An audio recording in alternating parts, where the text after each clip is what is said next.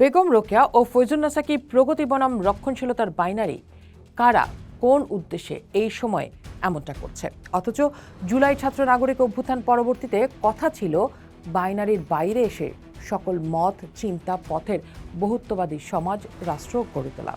9 December ক্যালেন্ডারের পাতায় দিনটি বেগম রোকেয়া দিবস, কিন্তু এবারের চিত্রটি ভিন্ন।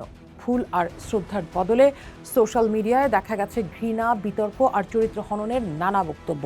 রাজশাহী বিশ্ববিদ্যালয়ের একজন শিক্ষকের ফেসবুক পোস্ট যেন এমন আলাপের আগুনে ঘি ঢেলেছে। তিনি রোকেয়াকে কাঠগড়ায় দাঁড় করিয়েছেন। তার অভিযোগ, বেগম রোকেয়া ধর্মবিদ্বেষী ছিলেন। তিনি পুরুষদের কুকুরের সাথে তুলনা করেছেন এবং নারীদের অলংকারকে দাসত্বের নিগড় বলেছেন। তাকে তসলিমা নাসরিনের সাথে তুলনা করে সেকুলার ও মুরতাদ তকমাও দেওয়া হচ্ছে। প্রশ্ন হচ্ছে, বেগম রোকেয়ার মতো মানুষকে নিয়ে এমন নেরেটিভ কেন দাঁড় করানো হচ্ছে? এই নেরেটিভের বিপরীতে ফয়জুন্নেসাকে হঠাৎ করেই বা কেন ব্যবহার করা হচ্ছে? কেন এই পরিকল্পিত বাইনারি তৈরি হচ্ছে? অনেকের মতে এখানে একটি সূক্ষ্ম ধর্মীয় রাজনীতি কাজ করছে।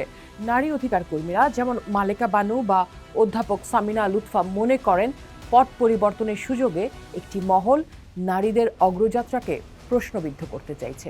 তারা ফয়জুন্নেসার মহান অবদানকে শ্রদ্ধা জানানোর জন্য নয়, বরং রোকেয়াকে সেকুলার ও কাফের প্রমাণ করে বাতিল করার অস্ত্র হিসেবে তাকে ব্যবহার করছে। ফয়জুন্নেসা নিঃসন্দেহে নারী শিক্ষার পথিকৃৎ ছিলেন।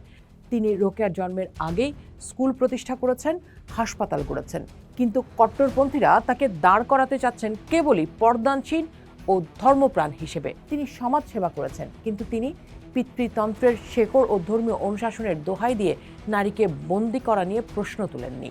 অন্যদিকে বেগম রোকেয়া ছিলেন সাধারণভাবে একজন ধর্মবিশ্বাসী, কিন্তু তিনি কেবল স্কুল প্রতিষ্ঠা করেননি, নারীকে বন্দী রাখার পুরুষীয় সামাজিক কাঠামো নিয়ে প্রশ্ন তুলেছেন। তিনি কলম ধরেছিলেন সমাজের মূলে থাকা বৈষম্যের বিরুদ্ধে।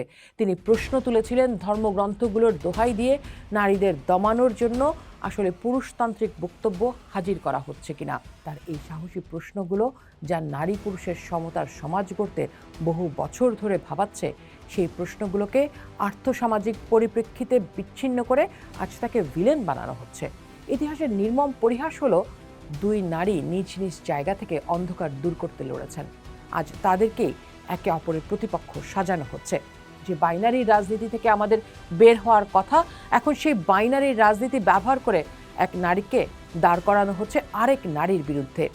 এই বিতর্ক বা দ্বন্দ্ব আসলে দুই নারীর নয়, বরং এটা পুরুষতান্ত্রিক সমাজের নারী অধিকার ও মুক্তিকে বিরোধিতার আরেক চেহারা মাত্র। পোস্ট দেখুন, ভাবুন, করুন, পোস্টের সাথেই থাকুন।